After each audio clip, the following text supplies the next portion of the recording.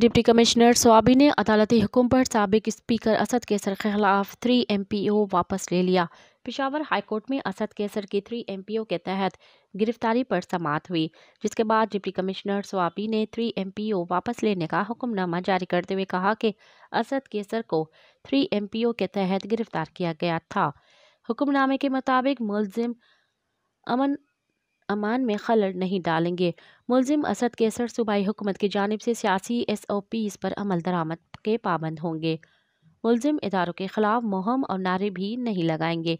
Deputy commissioner ने हुक्मनामे में लिखा कि मुलजिम असद कैसर 1 लाख रुपए के मुचलके जमा करवाएंगे।